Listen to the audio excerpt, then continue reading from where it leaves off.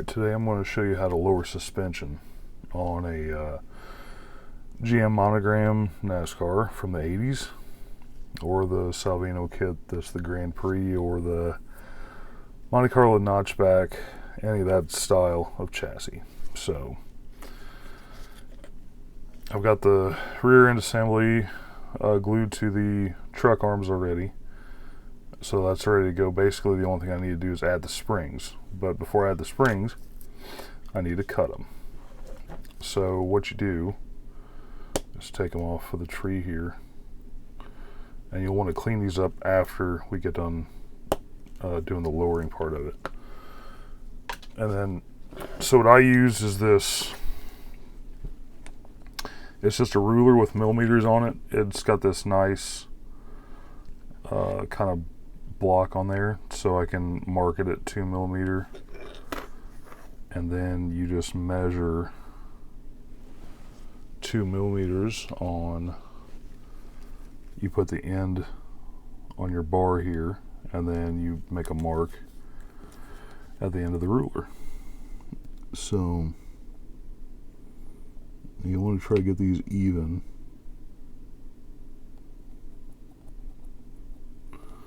Alright, so there's that one. Let's do this one.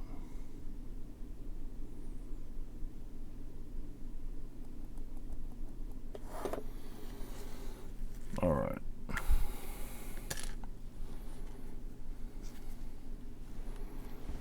So there you can see the mark on both of these. And then I just take an X-Acto knife, and usually I'll pull it off to the side of the table where I kind of got a ledge so I can make a straight cut, which is what I'm doing right now. Sorry you can't see that. And just nip it off, and that's what you got left. So that's going to lower the ride height in the back about the right amount.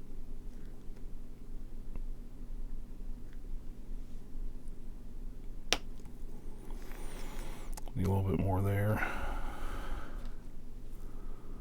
Okay. So yeah, those are about even. Usually you can check by putting them together like this and see if they match up, and they do. So should be good side to side on that part of it. And like I said, I'll clean those up later, get them ready to paint, and then I'll glue them on here, and then we'll be ready to put the rear end and everything on the chassis. Now for the front, so I used to cut the spindles off first and then do the drilling, but if you just take your drill and just go right to the top of that, right in the middle, and drill, that's going to give you the right height, and it's going to be the same on both sides. Because on this part of it, it's really hard to get them matched up on both sides. So if you do it this way, then they're going to be in the same spot on both sides, and you don't have anything to worry about. So do it on this side here.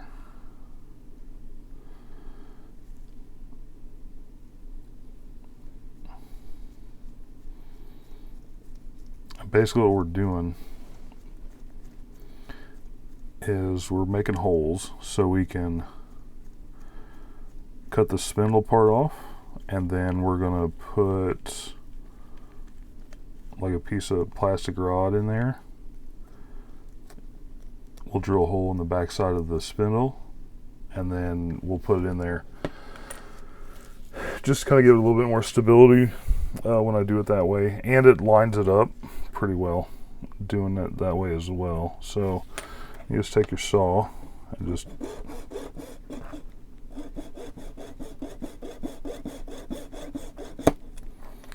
cut straight down. There's that side.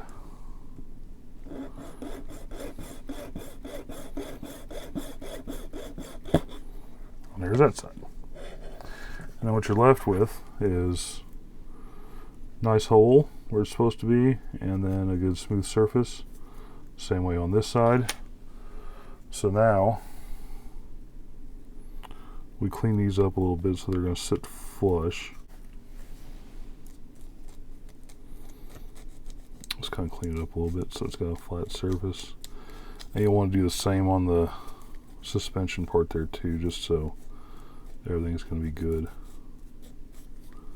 Okay, there's that. Here's this part.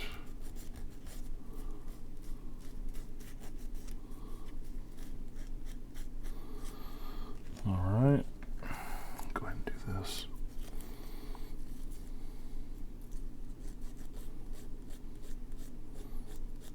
And this don't have to be as particular because this is going to be covered up anyway with, you know, the wheel back is going to sit up here. So, I mean, you're going to paint over that anyway. Or do it before you paint it. I got a little ahead of the game, so I went ahead and painted it first. Alright, so then you get your rod. This is 0.040 or 1 millimeter rod. So what I'll do is I'll take the back side of this here. This is one of the spindles I cut off. We're going to drill a hole here.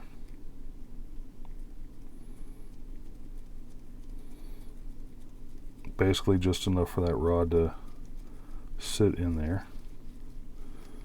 Alright, I'll do the other side.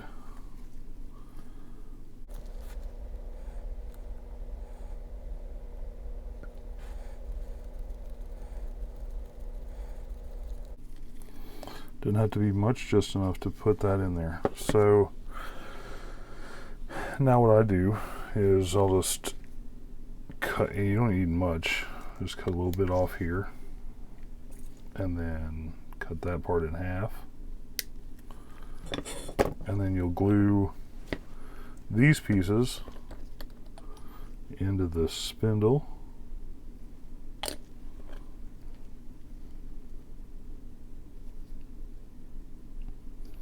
Just sit right down in there. Do it on both sides.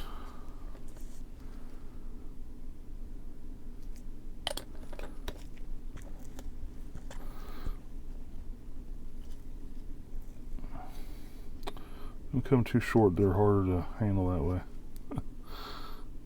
Alright, so there's that.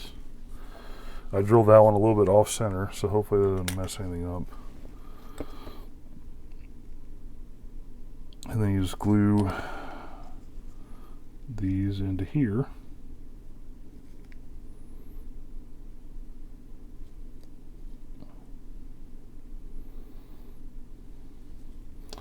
Just like that. And then that'll raise the tires up, you know, enough to